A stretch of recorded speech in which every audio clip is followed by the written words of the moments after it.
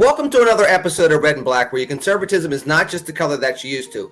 I'm Lenny McAllister, and I don't want to scare you, but there has been confirmed evidence of a portal.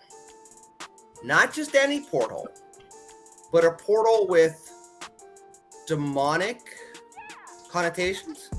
Now, I love a good spoofing website, but that's usually like somebody said something, or somebody liked somebody, or somebody dated somebody, or something. But Jeff Charles, you down there, since we're talking about down there, but you're not quite down there, you're down south. You're not really down south. Portals. When's the last time you heard a story in any type of website, real or otherwise, in the world of fake news, that described a demonic portal? You know, I can't really remember. I don't have much experience with demonic portals. What I will tell you is that the best way to avoid a demonic portal is to like, share, and subscribe to this channel if you haven't already. Make sure that you share this video. Make sure that you give this video a thumbs up. I guarantee you, you will never have to worry about a demonic portal again. That and a good decade of the rosary will do you well. Like, share, subscribe for all you Catholics, and say exactly, and say a decade of the rosary. And I'll tell you, the liking and sharing this video is what allowed Elon Musk to buy Twitter. So again, there are a lot of benefits. True. That is actually true. And it's a good segue over to Dr. Metzler, because he was there when Elon Musk was counting Dr. Metzler's money in order to buy Twitter. Dr. Metzler, you are like another cradle Catholic on this show. Demonic portal. What would? And it's obvious I'm not taking the story seriously. What would captivate somebody, even Roger Stone, to go down that way? Is it a desperation to be in the news, or something that could actually be even weirder? Well, actually, I think it is a desperation to be in the news, but it's Roger Stone. And so Roger Stone is motivated by being Roger Stone. Now, he has announced that he will no longer run against DeSantis, because at what point he said he would if DeSantis did not say he would never run for president. And so I think the appropriate remedy, I do have a remedy though. The appropriate remedy is an exorcist. Ooh. But that was in Amityville. Oh yeah, but I think we need to bring an exorcist in this particular case. I have no words. I have no For more words. reasons than one. Yeah, Roger is a bit off the rails at this point. Priscilla, I'm going to actually, I'm getting rid of the dudes for a second because, but they can continue to talk. I'm going to show you the picture because, women have a way of thinking through this. There's an intuition, they say, that you all have that guys just simply don't. When you see this photo and you go, he really did a story and said something about a portal over the White House. I mean, make this make sense for me. I don't know. It looks like a blood moon or something like that. So maybe he has a point, but it's just weird. When you were talking about someone who lied and, first he was a Republican, then he was an independent. Now he's part of a Canadian Ontario party. Like, who is this person and where does he stand? But, he's getting his kicks off of trying to scare people into thinking that there's some demonic activity happening over the White House. I don't know. That's not new news anyway, so, but welcome to politics. Well, I mean, there are people that would sit there and say, Dr. Metzler, that you could have said that there's been a demonic presence over a White House for a very long time. And people are like, oh, there's Lenny being anti-Trump. I said a very long time. Trump was only president for 4 years. Yeah. A very long time. Yeah, well, the White House is the White House, and things that go on there who knows what goes on at the White House and in the various gardens on the White House. So the idea of a demonic presence, it has a long history. Well, and let's just be honest, it was only a couple of decades ago where we knew exactly what was going on in the White House. We did? Yeah, it involved cigars. Yeah. Can we start there? I mean, that... I'd rather not. Well, you know, it would be... One could make the argument that some people finished there versus starting there, but I digress. Oh, my God. Oh, my Lord. I will not go there. I will simply say that. Yes. It's too late. Jeff is speechless. All right, I want to get to the real stuff. Blue dress. Kind of, sort of the real stuff.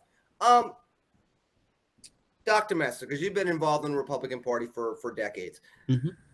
Have you ever seen a congressman as young and as foolish as the one out of Western North Carolina? Because the only person I can think of is like the character that Matt Damon played in the Adjustment Bureau that gets elected in his late 20s, beats people up at bars, you know, has these pictures coming out of mooning people, except at least with that dude in Adjustment Bureau, some of this stuff was when he was in college.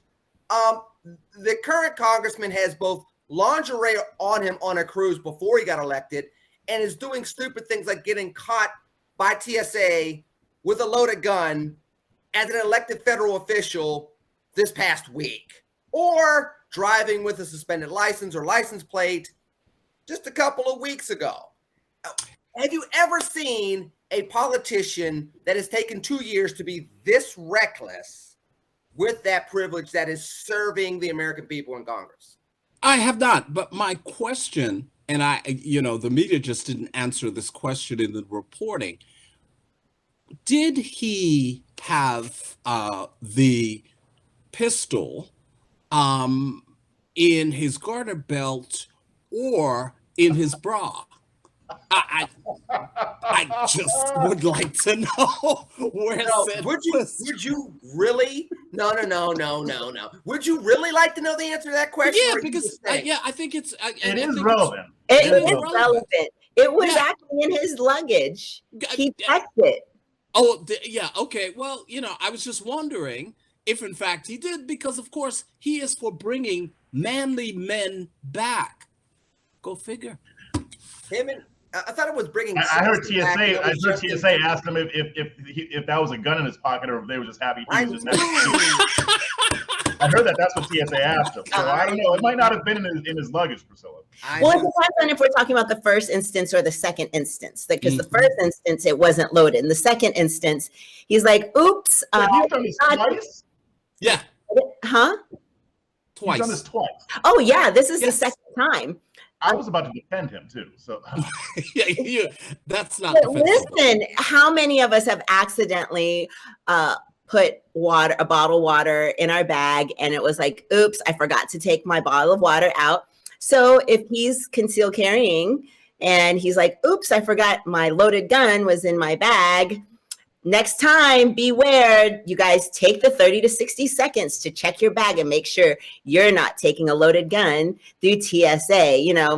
This is your, public service announcement not to do that. Priscilla, you didn't really compare a bottle of water to a loaded gun. Yeah, you ever remember that time I had a bottle of water, the ones that had the bullets floating on top? I love that flavor. You know what? It can happen if you're super comfortable with your concealed carry and you're constantly carrying it around. It's not inconceivable. I'm just saying that you could forget that you had your gun in your bag and you're just shooting home on the plane and, oops. I was at a party. If you're a congressperson. I don't know. And you just wake up and you're like, oops, I got to get to the airport. I don't know. I'm giving him the benefit of the doubt, but I don't recommend that. But hold on. Isn't that the issue with this, Jeff? Is the fact that this is a young dude that's been getting a whole lot of benefits of the doubt. I mean, and this is somebody that literally just threw a bunch of Republicans underneath the bus about going to parties and people he respected and seeing cocaine and other stuff at these parties. And that was after sexual assault allegations that were made against him that leaked out. Then you had the driving incidents. Then you had the gun incidents. Then you had the pictures coming out.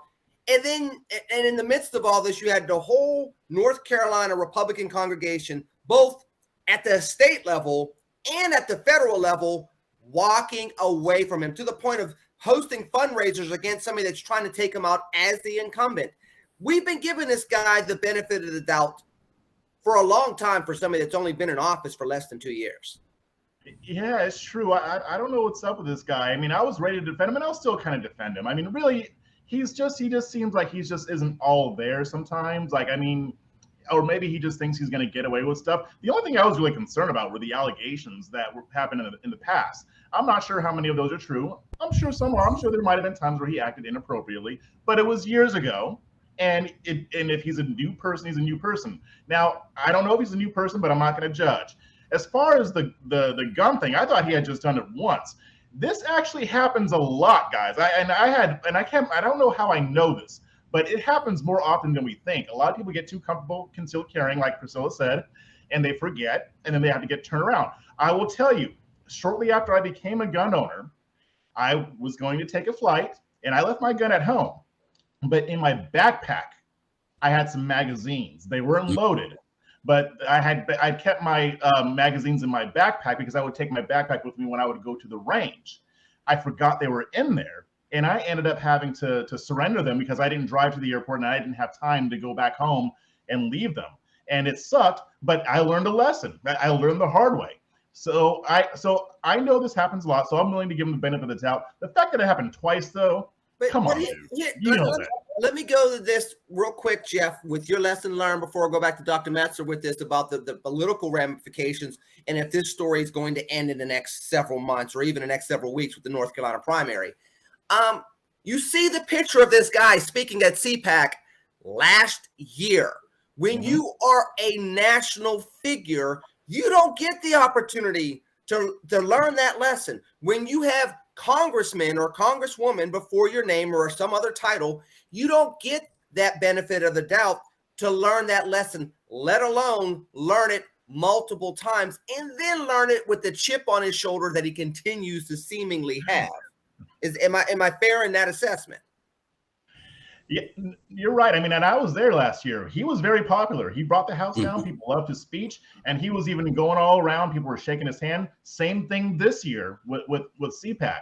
So I don't know if he's really lost as much goodwill as it might seem, but it is very much possible. I can see how the party might think he's a liability because here's the thing. This is just stuff that we know about right now. What else is going on with this guy, or what else is he going to do? So I can understand the concern, but so far, most of what he's done has been like low-level stuff that I think is getting blown up, honestly. Like the lingerie thing, I don't care. It was funny, whatever, but it doesn't say anything. Even though those messages that he sent to his cousin on the Venmo or whatever, okay, I mean, that's a little weird. I didn't do that when I was younger, but guys do joke around like that all the time. So to me, it's not, there's nothing here that rises to the level of scandal yet. It's problematic. Some of it's funny. It's making him look bad, but I don't see a scandal here yet. And that's really what's going to determine whether he stays or goes. Dr. Metzler, two things. One, maybe this, I mean, sometimes it's the sum of the parts, not the parts themselves. You get sexual allegations, you got the stuff about the wild parties, you have the guns, you have the driving incidences, and then you have some of the missteps, and then the picture. Each one of them individually, you're like, okay, anybody could do that. Maybe that was foolish. Maybe that was careless. I don't know what happened 10 years ago. Maybe it did happen. You can do that if you want one to another. But when you're talking about elected officials today and the confidence that people have in people in the middle or on the other side of the aisle from them eroding to next to nothing, character matters. And this seems to be speaking to character, right, Dr. M? Well, yeah, I think it is speaking to character. The other thing I would say, though, is in kind of partial defense of him, when he talked about the cocaine-induced orgy parties in D.C., y'all, that stuff is real. Now, I mean, that's just how D.C. operates. Yep. But all of a sudden, they're trying to shut him down on that. So that part, that's just it's DC. That's the nature of the beast. And I get that. But if that's the case, all the more reason why he doesn't have the leeway to learn these lessons as you go along. If you're going to out people on the, you know, cocaine and a smile, you know, you have to also realize that they're coming for me. Well, and that's the thing. And I think he really underestimated that. And I think to Jeff's point, so far it's not a scandal. However, I think the party believes that there is more. They may know that there's more, and they're trying to get him out of there before it sinks. North Carolina is already a bit of a mess for Republicans. There's just a lot going on, and they don't want to do this. So I think the party's going to try to say, you know, adios. I want to know why the left isn't coming out with all of their restorative justice conversations with him. I mean, why don't they just wrap their arms around him and just have a conversation and say, this is inappropriate behavior for an adult in Congress? Just, you know, let's see them model that. I can answer that question. I'll give him a hug. Yeah, he does. I'll give him, Priscilla, you don't get to give him a hug because I don't know those allegations were true. So I want to protect you. But I'll give him a hug. I'll give the dude a hug. Well, it's interesting you would use the word hug, Jeff, because it's a lot easier for the Democrats to take this model of what a Republican is, take some of what Donald Trump said in 2016 and hug the whole Republican Party with it and try to make it seem as though all Republicans are like this. And this is why you shouldn't vote Republican in these midterm elections, despite inflation, despite Ukraine, despite some of the things that have been going on under the Biden administration since January of 2021. That's your reason why they're not trying to say, well, you know, young people make these mistakes. They'd much rather characterize him and make him the caricature of all Republicans that are running for Congress in the Senate in 2022. Yeah, I mean, and that's, you know, that's going to be the strategy. But again, Democrats have to be very careful about the strategy. Remember the strategy of trying to tie Trump to Youngkin. How did that work out for you? That Virginia race was Terry McAuliffe's to lose, and he lost it. So, you know, they gotta, you know, bring out the social workers, Democrats. That's probably better. And we're living in a time where it's the elections this year, and so what we're going to see are attempts on both sides to disparage candidates, not only in a primary, but going into a general election. And so they're finding everything that they can to try to make him look like the bad guy when, like Dr. Metzler said, this is a culture amongst the elected officials. They're all guilty of something. And it would just take someone going through someone's cell phone to share pictures of all these parties and orgies and the crack that they're doing. Like, this is not unique to this one individual. And you know what? He hasn't figured out how to cover his stuff up yet. And that's what it is. He's still young. That's what's going on here. And you know what you can blame it on, right? The alcohol? The satanic portal over the White House. Oh, Lord.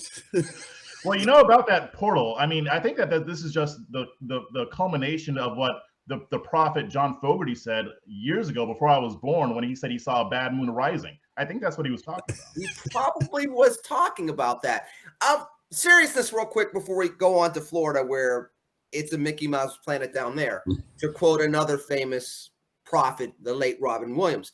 Y'all don't know about No More Mindy. Sorry. Anyway, with that said, Jeff, you said it's not enough of a scandal to not get behind Cawthorn, but at the same exact time, let's just be honest. You know, we watch the Republican Party look at people like Alan West and be like, oh, you raised the second most amount of money in the House of Representatives, but we're done with your act. We're going to gerrymander you out. Goodbye. Joe Walsh, same thing in Illinois. You know, we've kind of gotten sick of you. Goodbye. And we've watched Republicans use the primary to literally put their foot on somebody's backside and push them out of the door in a way that the Democrats just 2 years ago didn't do the slow pitch Biden when he was not doing well during the debates, when he was not doing well with the fundraising, and literally had to be dragged across the finish line in South Carolina to get momentum. You know, this seems to be enough where we're going to have a new person, at least representing the Republican Party in that district once the primary comes to North Carolina, Jeff. Yeah, that's true. I mean, but I still don't think it's going to happen. I mean, I don't know if they're going to vote him out. I think that he has to do something even worse for that to happen. And honestly, if that other shoe drops, it's probably going to be out. It's going to either be right before the primary or right after, because I don't think that there's no there. I mean, yeah, he's been irresponsible, especially when he was younger than he already is. But I could see voters forgiving that. I mean, if I were North Carolina, he would have to have voted for something that I didn't like for me to consider voting him out. So far, I mean, other than that, I mean, there's a whole thing that they have with him with January 6th, and they're pretending like he was a part of it. But everybody knows that's BS. So I think he'll be fine. I think he will. Politicians have recovered from much worse than this.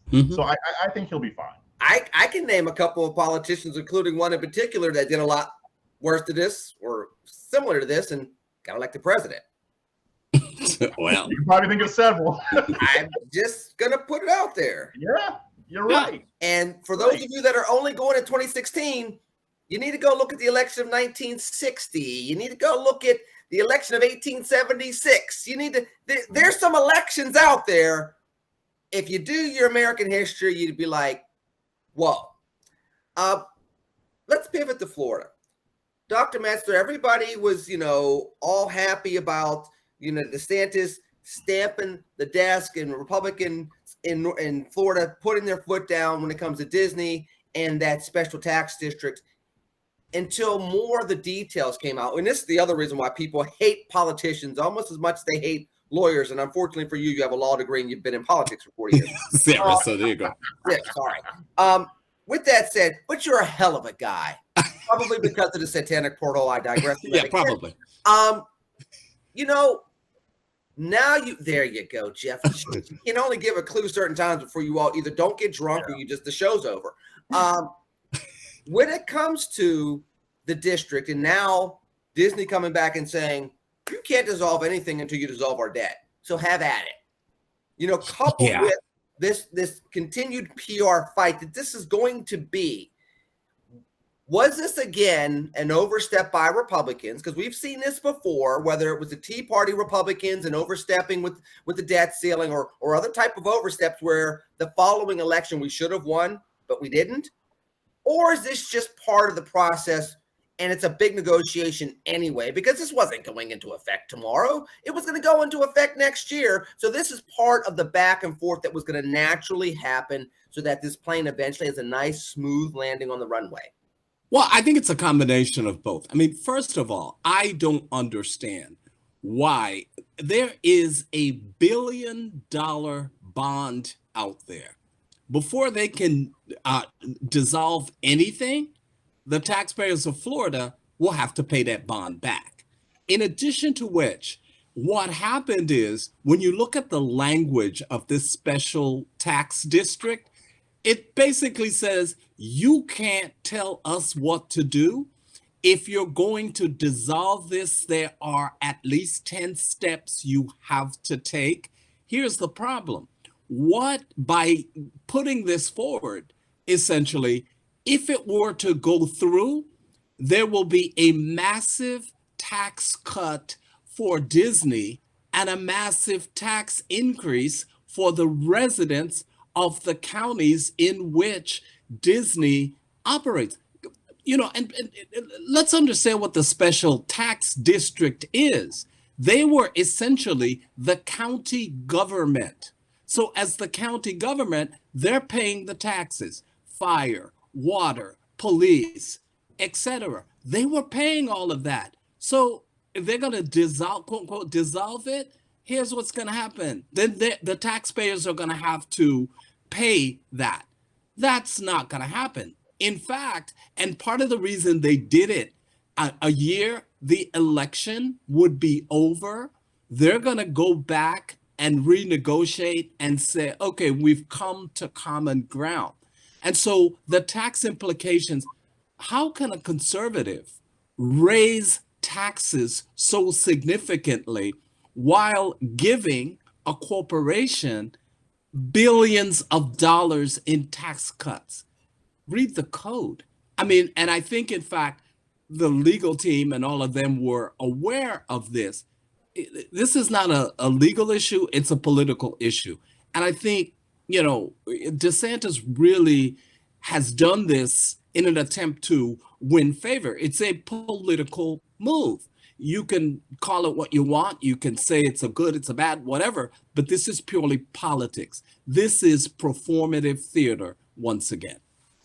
Well, I will tell you what else it is. And Priscilla, I kind of want to go to you on this. It also sounds an awful lot like a double P word that you often hear in politics. It's called a poison pill. Mm-hmm. These are the type of things that you put into code and you put into policy so that if the politics changes and somebody tries to, unravel the ball of yarn, everything falls apart. Mm-hmm. Not just the ball of yarn, but your blanket and everything else is just one big hot mess that nobody wants to reconstitute, so they leave it the hell alone. Yeah, well, I'm the kind of person that believes for every problem, there's a solution. And I would like to think that Governor DeSantis had thought about this before he made the move that he made. So there are options that the commissioners are going to have to make in Orange County and the neighboring counties as to how they're going to problem solve this if they really are going to go forward. I took a few minutes to take a look at the pie that they have and how they're bringing in money. And they do have a lot of surplus in Orange County.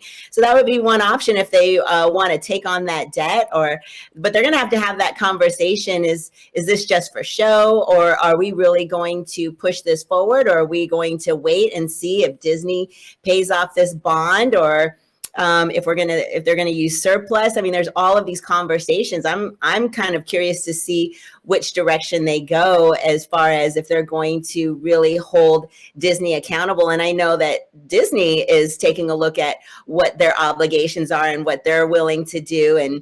But what we do know is that they're not going to not pay their bills. They can't not pay this $1 billion debt.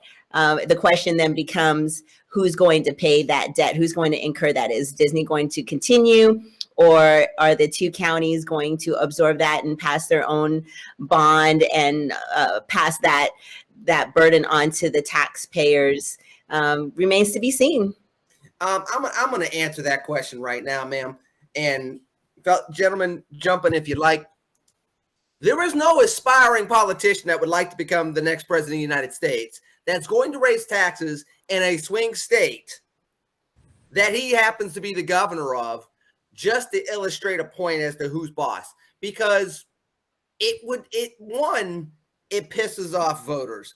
Two, it is ready-made political fodder for 30-second ads. You think you're sick of digital ads now? Can you imagine the ads of people seeing Mickey Mouse with a cardboard sign saying, Mickey used to be the face of Florida, but now he's the face of raising taxes on Floridians. Do you want that to come to your neighborhood? Say no to Ron. No, but the question is, how many bonds do they have? Okay, so I'm putting on my planning commissioner hat on. How many bonds are out there? Are they close to paying them off? Will the county incur more? Okay, so these are the questions that I have as far as, would the residents actually see an increase, or could they use a different pot of the pie to pay off that debt? Yeah, but the bond was originally 5B. It's now 1B. Disney is not going to pay a $1 billion bond. And to the residents of the county, the commissioners are already complaining. They don't want to use surplus because they're like, okay, that's not what the surplus was supposed to be about. Exactly. And then also keep in mind, those county commissioners, they have their own local politics they need to deal with. So I think they thought about it, and they thought it would be a good political move. But after the elections are over, they're going to go back to the table with Disney, and Disney will retain that special tax district. It's all politics, because Yeah, go ahead, Jeff. No, go ahead. Yeah, when you're talking about raising taxes on the one hand, and on the other hand, you're talking about uh, giving Disney a massive tax cut. Disney gonna be like, okay, y'all want to pay for it, go ahead and pay for it, and it's gonna be year after year after year. So this is, it's political theater is what it is.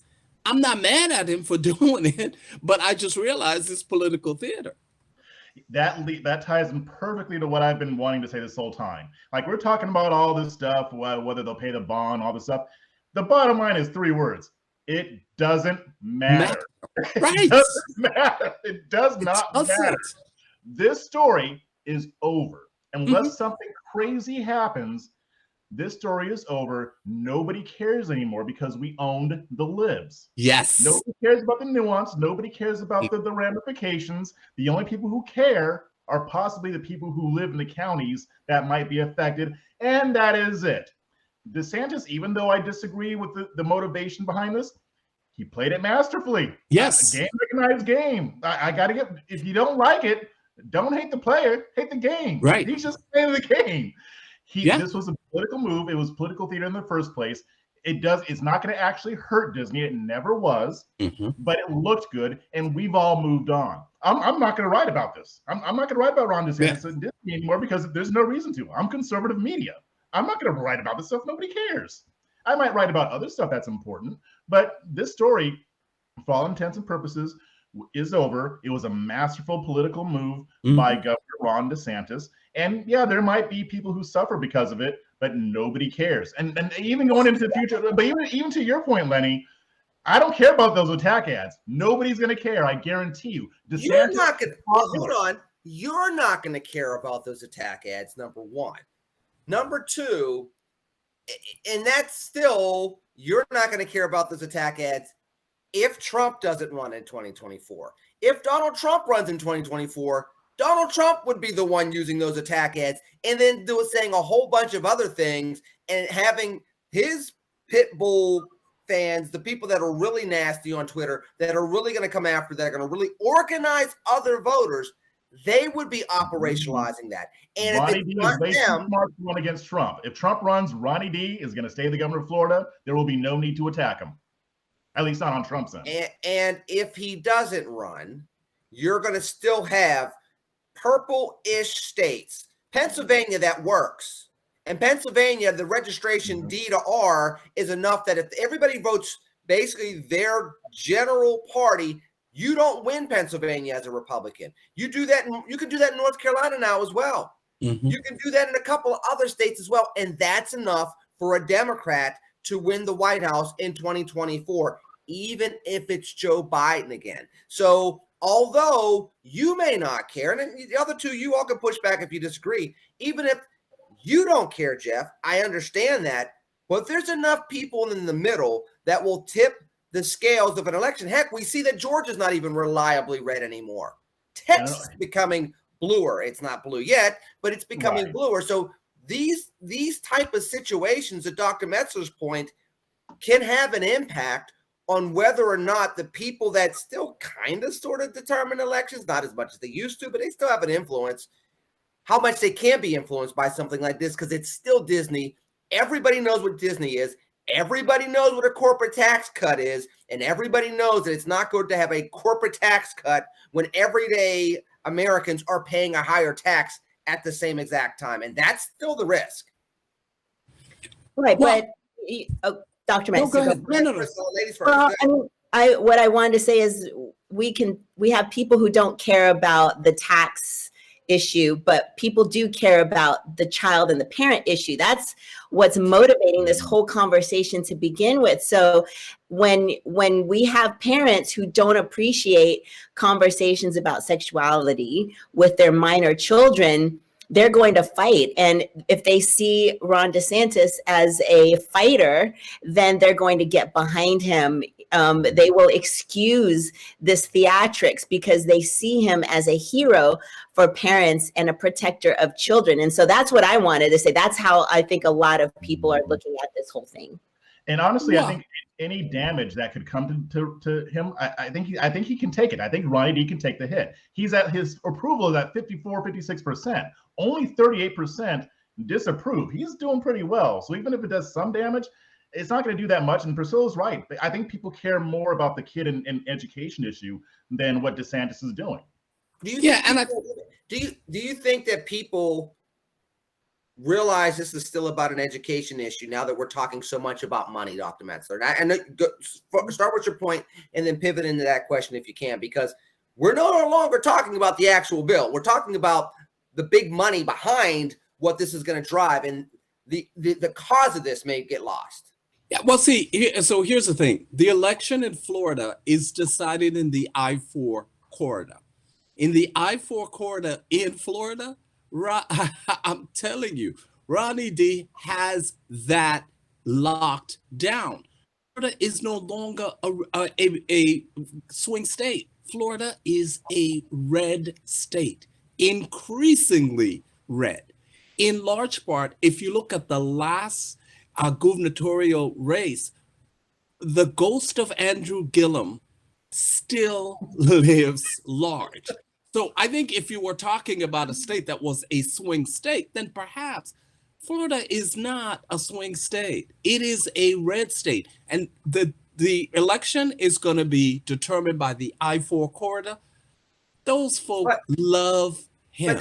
But I get that. But that Florida has sister states that have been traditionally swing states. And so maybe he locks up Florida. He's the governor of Florida. He should win Florida. Trump won Florida. But North Carolina could be a different story. Pennsylvania would be a different. That's more of my point. Sure. If this doesn't play out right, that's all I was trying to get to. Yeah, but I do think that people are still going to take this back to the education issue, because I think fundamentally that's what they're thinking. You know, we're talking about the taxes and all of those kinds of things because it's interesting to talk about that. But at the end of the day, folks are not this, as Jeff said, the story is over. It's done. Priscilla, I'm going to pivot to something else because this is, you know, we as Black folks always have this interesting dynamic. We're trying to get more people to see our point of view on issues and to be supportive, to be anti-racist, not just be, you know, aghast by racism, right? But then there's also a push to don't go too far. Understand your place. You can't feel my pain. You can't appropriate my culture. Things along those lines. So this story comes out, and again, you got to love some of these second and third tier publications. But there was a story out of Arkansas where apparently, allegedly, supposedly, a celebration for Juneteenth, a federal holiday that's only been around for all of 1 year, celebrate the Juneteenth celebration of the end of slavery in 1865. And apparently there was a notification about who was going to be doing the hosting of this celebration in this place in Arkansas. It was organized by a former Arkansas Razorback African-American who turned his life around, went through some stuff, and apparently has some ties to the conservative movement. But the three main hosts on the flyer, and I'll put it up in just a second, were white folks. And Black Twitter, we love Black Twitter, all of a sudden went off because it was like, you know, they're appropriating our culture once again. And I'm probably using the verb wrong, and I apologize. But long story short, here we go again. This is, you know, Juneteenth. There was a phrase, Juneteenth has now been gentrified.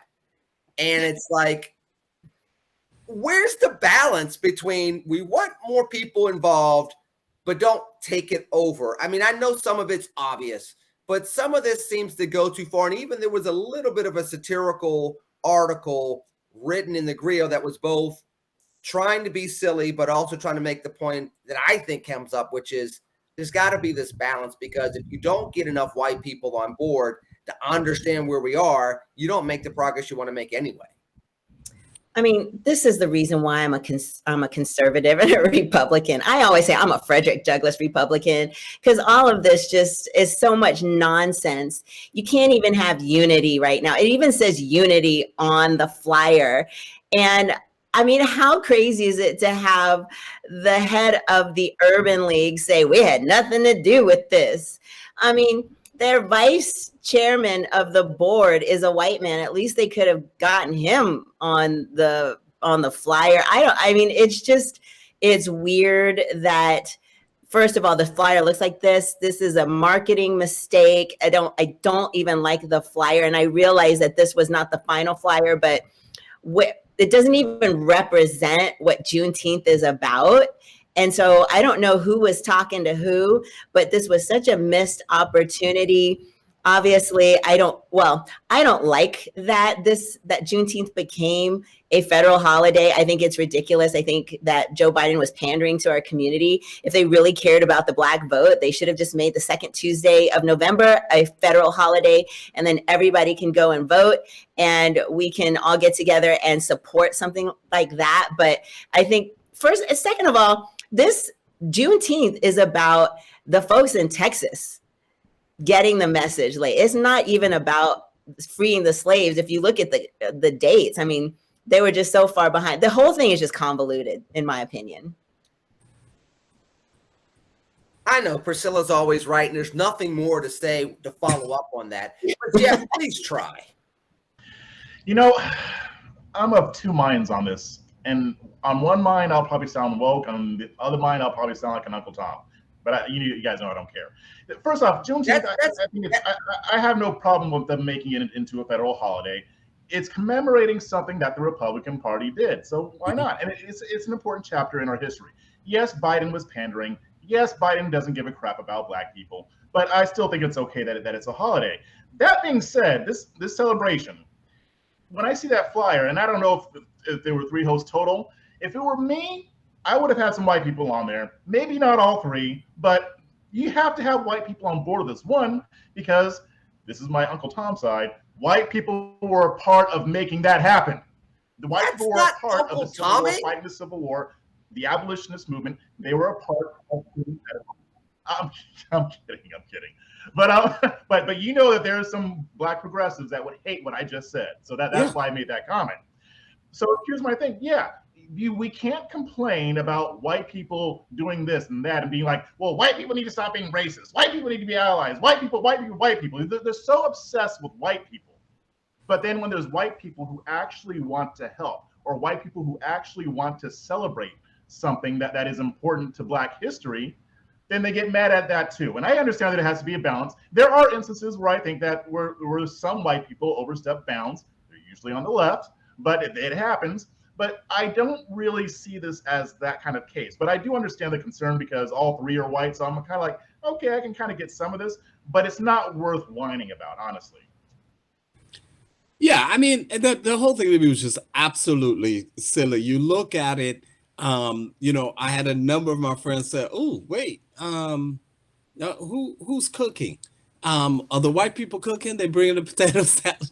I mean, you got it. So I just think the whole thing really is overblown. We love Black Twitter, but sometimes, come on, y'all need to sit down somewhere with all of that nonsense.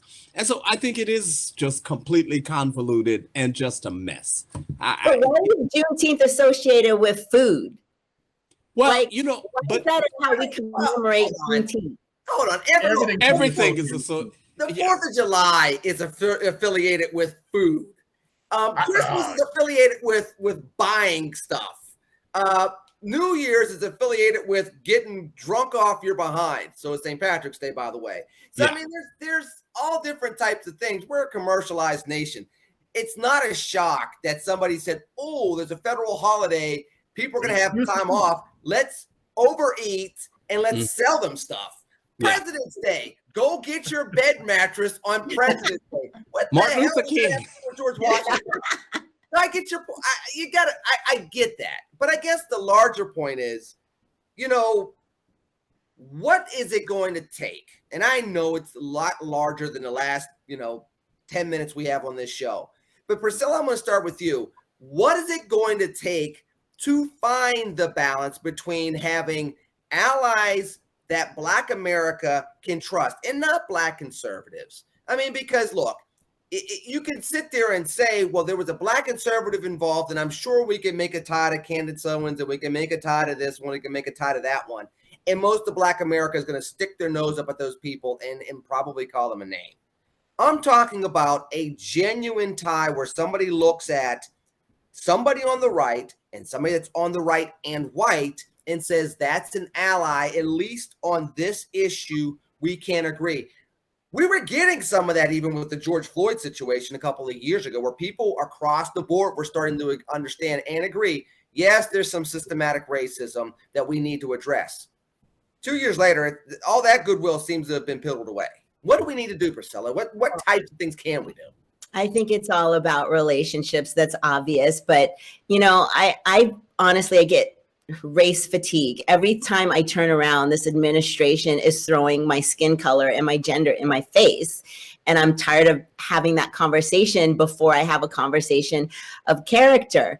And I know it sounds cliche, but when are we going to actually talk about the issues in the Constitution and the things that we as American, that the things that bring us as Americans together?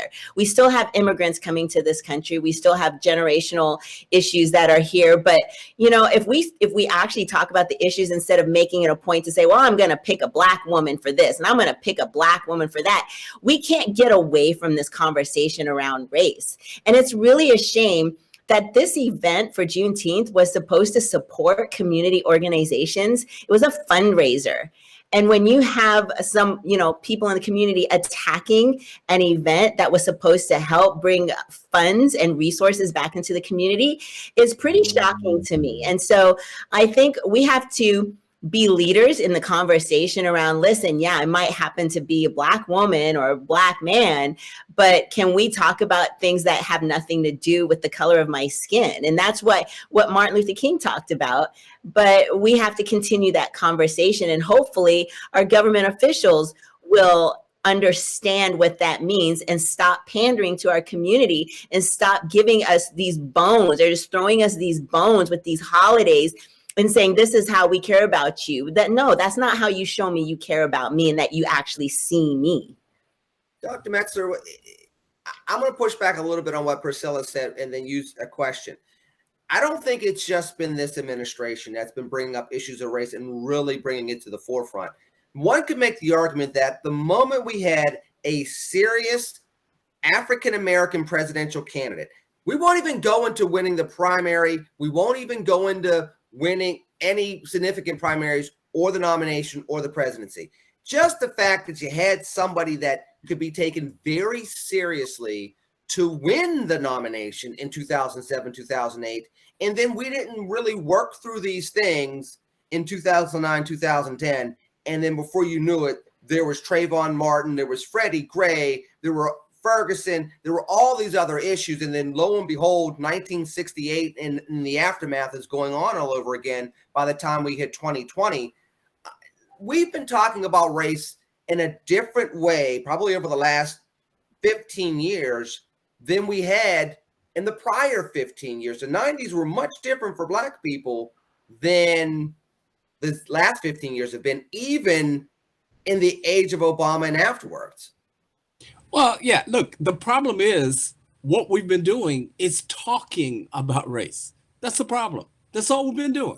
We've been talking about race. We have not been talking about, to Priscilla's point, the issues. There are so many issues, you know, issues of economic prosperity, issues of working to build a community. Those are not white issues. Those are not Black issues. Issues of taxes, property taxes, the rising cost of property taxes, crime, all of these things. We have been talking about race. We have talked about race so much that we've had discussions, but what have you done? We have not enacted serious policies that will change that. Until we do that, it's like politicians love the polarization because they don't have to pass any meaningful legislation because we're so polarized, it doesn't even matter. So I think we need to stop talking about race so much. And the question becomes, what are we doing to improve our communities? That, I think, is the question. All this talking, I'm tired of the talking. What are the actions? I don't see them. Jeff, does anybody, I mean, to Dr. Metzler's point, I mean, we've talked about this on Red and Black before. What can be done from a policy perspective to start pushing us past this? And, you know, it's funny because we talk about, well, there's nothing you can do from a policy perspective. And I don't agree with that necessarily either. But, you know, there's got to be solutions at some point in time.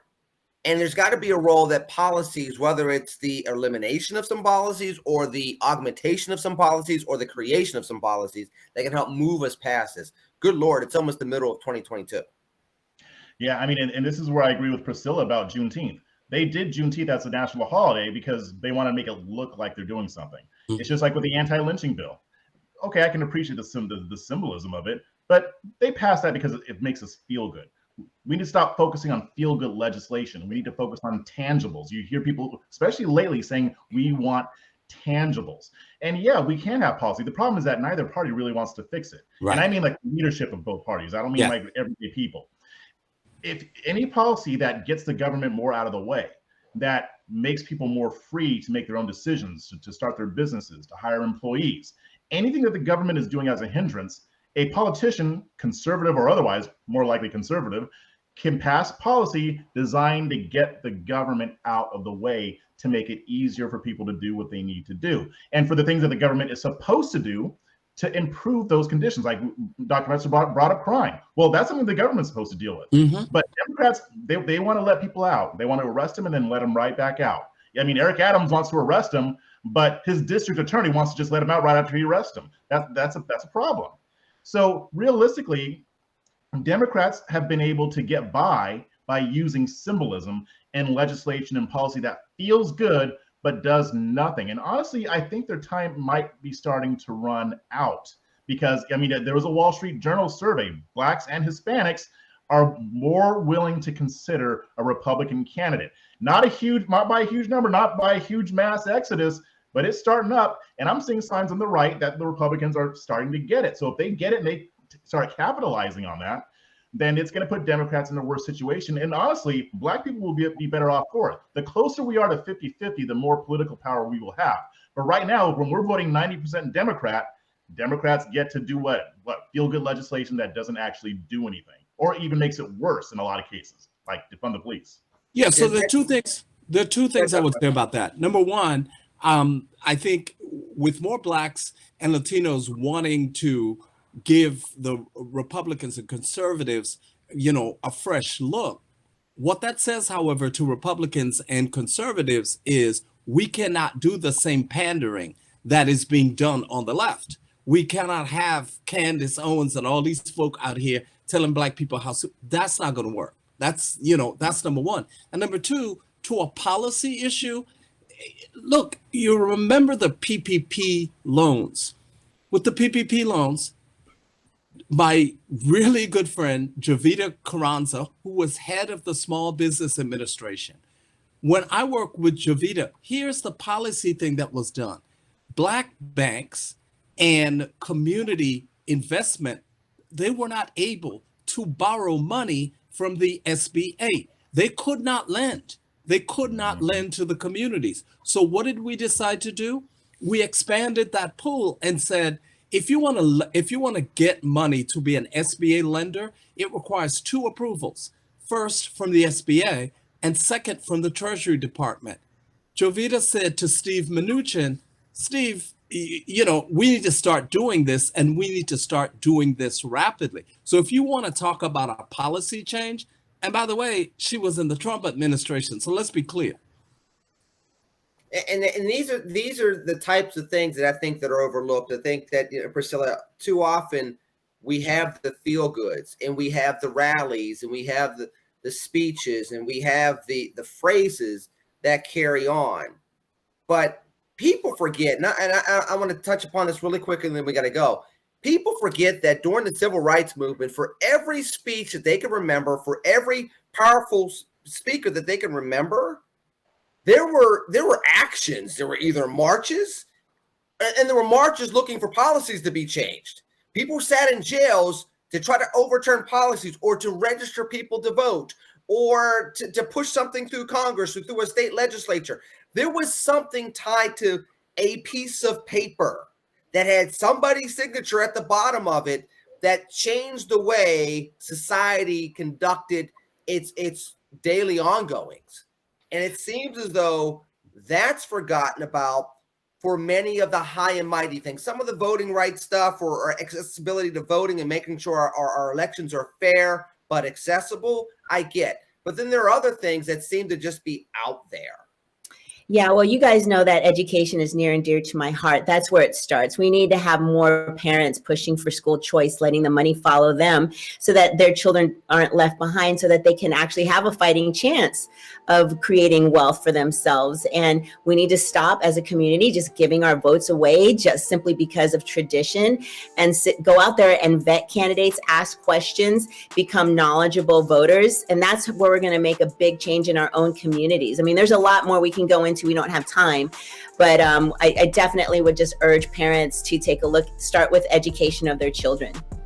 And look, we're gonna have to leave it there. I want to make sure that we take a moment to thank Red State for this inaugural show on the Red State YouTube channel. I hope that those of you that followed us over from the Red and Black channel stick around here on the Red State YouTube channel. For those of you that have just found us here, like and subscribe. Keep the momentum going. Share it with your friends. Jeff Charles, as you well know, is a writer that is constantly contributing to Red State. What do you got going on this week, Jeff? Real quick. Yeah, I've got my podcast, A Fresh Perspective with Jeff Charles. Check out my YouTube channel. You'll be seeing the lovely Priscilla Ron on there. We just had our interview this week, so that'll be coming up. And also, I have tons of other interviews, guys. You gotta check it out. And you gotta also make sure that the VIP section on Red State has some of Jeff's gems. You like how I did that a little? It's alliteration, but not really, because Jeff gems, they don't really start with the same letter, but it sounds that way. Yeah, but you're McAllister, so there's that. There's that. Don't tell my kids; they get mad about that. Dr. Metzler, what you got going on this week? Well, I'm returning this weekend to the debauchery of Washington, D.C. First to the Nerd Prom, the White House Correspondents' Dinner. And then after that, the Griot is hosting a big event for April Ryan, who's been at the White House over 25 years. Yeah, so I'll be there.